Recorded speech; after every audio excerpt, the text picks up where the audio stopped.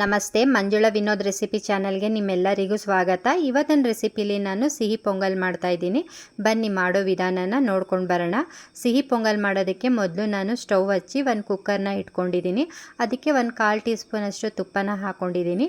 ತುಪ್ಪ ಎಲ್ಲ ಸ್ವಲ್ಪ ಬಿಸಿ ಆದಮೇಲೆ ನಾನಿಲ್ಲಿ ಒಂದು 3/4 ಬೌಲಷ್ಟು ಹೆಸರುಬೇಳೆನ ಹಾಕ್ಕೊಂಡು ಹುರ್ಕೊಳ್ತಾ ಇದ್ದೀನಿ. ಹೆಸರುಬೇಳೆ ಎಲ್ಲ ಸ್ವಲ್ಪ ಕಲರ್ ಚೇಂಜ್ ಆಗಬೇಕು, ಅಲ್ಲಿವರೆಗೂ ಸಣ್ಣ ಉರಿಲಿ ಹುರ್ಕೊಳ್ಳೋಣ. ಈಗ ಹೆಸರುಬೇಳೆನ ಹುರಿದಾಗಿದೆ. ನಾನು ಸ್ಟವ್ ಆಫ್ ಮಾಡ್ಕೊಂಡಿದ್ದೀನಿ. ಯಾವ ಬೌಲಲ್ಲಿ ನಾನು ಹೆಸರುಬೇಳೆನ ತೊಗೊಂಡಿದ್ನೋ ಅದೇ ಬೌಲ್ ಅಳತೆಯಲ್ಲಿ ಅಕ್ಕಿನೂ ಸಹ ತೊಗೊಂಡಿದ್ದೀನಿ. ಅಂದರೆ ಒಂದು 3/4 ಬೌಲಷ್ಟು ಅಕ್ಕಿ ತೊಗೊಂಡಿದ್ದೀನಿ. ನಾನಿಲ್ಲಿ ಸೊಸೈಟಿ ಅಕ್ಕಿನ ತೊಗೊಂಡಿದ್ದೀನಿ. ಯಾವುದೇ ರೈಸನ್ನು ಸೇರಿಸಿ ಬೇಕಾದರೆ ಸಿಹಿ ಪೊಂಗಲ್ನ ಮಾಡ್ಕೋಬೋದು. ಆದರೆ ಸೊಸೈಟಿ ಅಕ್ಕಿ ಹಾಕಿ ಮಾಡೋದ್ರಿಂದ ಸಿಹಿ ಪೊಂಗಲು ತುಂಬ ಚೆನ್ನಾಗಿ ಬರುತ್ತೆ. ಅದ್ರ ಕನ್ಸಿಸ್ಟೆನ್ಸಿ ನಾನು ಅಕ್ಕಿ ಮತ್ತು ಹೆಸರುಬೇಳೆನ 2 ಸಲ ಚೆನ್ನಾಗಿ ತೊಳೆದು ಇಟ್ಕೊಂಡಿದ್ದೀನಿ. ಹಾಗೆ ಅದು ಮುಳುಗೋ ಅಷ್ಟು ನೀರನ್ನು ಸೇರಿಸ್ಕೊಂಡಿದ್ದೀನಿ. ಮತ್ತು ಕುಕ್ಕರಲ್ಲಿ 1 ವಿಷಿಲು ಕೂಗಿಸ್ಕೊಳ್ತೀನಿ ನಾನು. ಇವಾಗ ನೋಡಿ 1 ವಿಷಿಲ್ ಆಗಿದೆ. ಎಷ್ಟು ಚೆನ್ನಾಗಿ ಬೆಂದಿದೆ ಅಂತ ಹೇಳಿ ಅಕ್ಕಿ ಮತ್ತು ಹೆಸರುಬೇಳೆ ಎರಡುವೆ.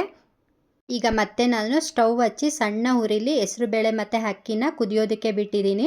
ಮತ್ತು ನಾನೊಂದು ಚಿಕ್ಕ ಗ್ಲಾಸಲ್ಲಿ ಬಿಸಿ ನೀರನ್ನು ಸೇರಿಸ್ಕೊಂಡಿದ್ದೀನಿ. ಇನ್ನೊಂದು ಸ್ವಲ್ಪ ಸಿಹಿ ಪೊಂಗಲ್ ತೆಳುಗಿರಲಿ ಅಂತ ಹೇಳಿ ನೀರನ್ನು ಹಾಕಿದ್ಮೇಲೆ ನಾನು ಈ ಅಕ್ಕಿ ಮತ್ತು ಹೆಸರುಬೇಳೆನ ಒಂದು ಸಲ ಚೆನ್ನಾಗಿ ಮಿಕ್ಸ್ ಮಾಡಿ ನಾನು ಕುದಿಯೋದಕ್ಕೆ ಬಿಡ್ತೀನಿ. ಈಗ ಸಿಹಿ ಪೊಂಗಲ್ದು ಕನ್ಸಿಸ್ಟೆನ್ಸಿ ಕರೆಕ್ಟಾಗಿದೆ. ಇವಾಗ ಸಿಹಿ ಪೊಂಗಲ್ ಮಾಡೋದಕ್ಕೆ ಬೇಕಾದ ಸಾಮಗ್ರಿಗಳನ್ನು ಸೇರಿಸ್ತಾ ಹೋಗೋಣ. ಇದಕ್ಕೆ ನಾನು 1 ಬೌಲಷ್ಟು ಬೆಲ್ಲನ ತೊಗೊಂಡಿದ್ದೀನಿ, ಸ್ವಲ್ಪ ಕಲ್ಲು ಸಕ್ಕರೆ ತೊಗೊಂಡಿದ್ದೀನಿ, ಹಾಗೆ ಡ್ರೈ ಫ್ರೂಟ್ಸು ಮತ್ತು ಒಣ ಕೊಬ್ಬರಿ ತೊಗೊಂಡಿದ್ದೀನಿ. ಇವಾಗ ನಾನು ಈ ಸಿಹಿ ಪೊಂಗಲ್ಗೆ ಬೆಲ್ಲನ ಸೇರಿಸ್ತಾ ಇದ್ದೀನಿ, ಹಾಗೆ ಕಲ್ಲು ಸಕ್ಕರೆನ ಹಾಕ್ಕೊಳ್ತಾ ಇದ್ದೀನಿ 1/4 ಬೌಲಷ್ಟು.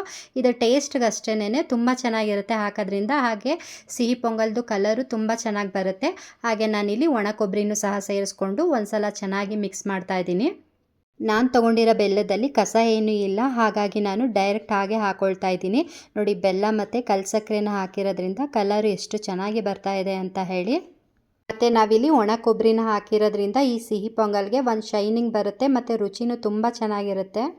ಬೆಲ್ಲ ಕಲ್ಲು ಸಕ್ಕರೆ ಎಲ್ಲ ಅದು ಕರಗೋ ಅಷ್ಟು ಕುದಿಸ್ಕೊಂಡ್ರೆ ಸಾಕು ನಾವು. ಇವಾಗ ನೋಡಿ, ಸಣ್ಣ ಉರಿಲಿ ಹಾಗೆ ನಾವು ಕೈ ಆಡಿಸ್ತಾ ಇರಬೇಕು, ಇಲ್ಲಾಂದರೆ ಸಿಹಿ ಪೊಂಗಲ್ಲು ತಳ ಹಿಡಿದ್ಬಿಡುತ್ತೆ. ಈಗ ಸಿಹಿ ಪೊಂಗಲ್ ರೆಡಿ ಆಗ್ತಾ ಬರ್ತಾ ಇದೆ. ನೋಡಿ, ಕರೆಕ್ಟಾಗಿದೆ ಕನ್ಸಿಸ್ಟೆನ್ಸಿ ಎಲ್ಲ. ಇನ್ನು ಇದಕ್ಕೆ ನಾವು ಡ್ರೈ ಫ್ರೂಟ್ಸ್ನ ತುಪ್ಪದಲ್ಲಿ ಹುರಿದು ಸೇರಿಸ್ಕೊಳ್ಳೋಣ. ಅದಕ್ಕೆ ನಾನು ಒಂದು 3 ಟೀ ಸ್ಪೂನಷ್ಟು ತುಪ್ಪ ಹಾಕ್ಕೊಂಡಿದ್ದೀನಿ.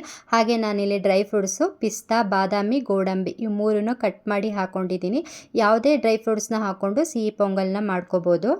ನೀವು ಈ ಸಿಹಿ ಪೊಂಗಲ್ಗೆ ಸ್ವಲ್ಪ ಏಲಕ್ಕಿ ಪುಡಿ ಬೇಕಾದರೂ ಸೇರಿಸ್ಕೋಬೋದು. ನೋಡಿ, ಇವಾಗ ಫೈನಲಿ ನಾನು ಹುರಿದಿಟ್ಕೊಂಡಿರೋ ಅಂಥ ಡ್ರೈ ಫ್ರೂಟ್ಸ್ನ ಈ ಸಿಹಿ ಪೊಂಗಲ್ಗೆ ಸೇರಿಸಿ ಒಂದು ಸಲ ಚೆನ್ನಾಗಿ ಮಿಕ್ಸ್ ಮಾಡಿ ನಾನು ಸ್ಟವ್ನ ಆಫ್ ಮಾಡ್ತೀನಿ. ನೀವು ಇದೇ ಮೆಥಡಲ್ಲೇ ರೆಡ್ ರೈಸದ್ದು ಸಿಹಿ ಪೊಂಗಲ್ಲು ಸಹ ಮಾಡ್ಕೋಬೋದು ಮತ್ತು ಸಿರಿಧಾನ್ಯದ್ದು ಸಿಹಿ ಪೊಂಗಲ್ನು ಸಹ ಮಾಡ್ಕೋಬೋದು. ತುಂಬ ಚೆನ್ನಾಗಿರುತ್ತೆ. ನೋಡಿ, ಫೈನಲಿ ಸಿಹಿ ಪೊಂಗಲ್ ರೆಡಿಯಾಗಿದೆ. ನೀವು ಈ ಸಿಹಿ ಪೊಂಗಲ್ನ ನವರಾತ್ರಿ ಹಬ್ಬಗಳಲ್ಲಿ ನೈವೇದ್ಯಕ್ಕೆ ಮಾಡ್ಕೋಬೋದು ಮತ್ತು ವರಮಹಾಲಕ್ಷ್ಮಿ ಹಬ್ಬ ಯಾವುದೇ ಲಕ್ಷ್ಮೀ ಪೂಜೆಗಾದರೂ ಅಷ್ಟೇನೆ ನೈವೇದ್ಯಕ್ಕೆ ಈ ಸಿಹಿ ಪೊಂಗಲ್ನ ಮಾಡ್ಕೋಬೋದು.